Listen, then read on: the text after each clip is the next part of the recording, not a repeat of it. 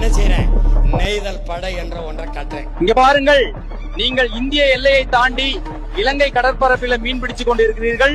உங்களை நாங்கள் கைது செய்ய போகிறோம். நீங்களே சரண்டர் ஆகிவிட்டால் நல்லது, இல்லை என்றால் உங்கள் மீது துப்பாக்கி சூடு நடத்துவோம். ஐயா, நெய்தல் படை அலுவலகமா? நாங்கள் ராமேஸ்வரத்திலிருந்து 2 மைல் தொலைவில் தான் மீன் பிடிச்சு கொண்டிருந்தோம். சிங்கள ராணுவம் எல்லை தாண்டி விட்டதாக கூறி எங்களை கைது செய்ய பாக்குறாங்க. ஐயா, பயப்படாதீங்க, இது ஒன்னும் திராவிடர்கள் அரசு அல்ல, தமிழர்கள் அரசு. சிங்களவனுக்கு புலிகளிடம் அடி வாங்கியது மறந்திருக்கும்.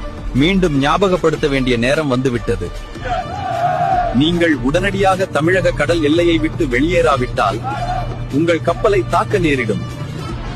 The officer on the ship, no, we don't want to. We are backing off. Excuse us for the mistake.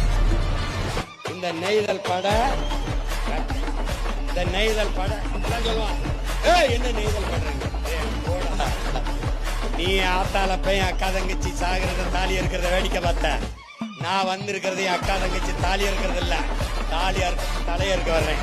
நீ இந்த சேட்ட மாதிரிலாம் வேற எங்கேயாவது வச்சுக்க. தொட்டா தூக்குடா.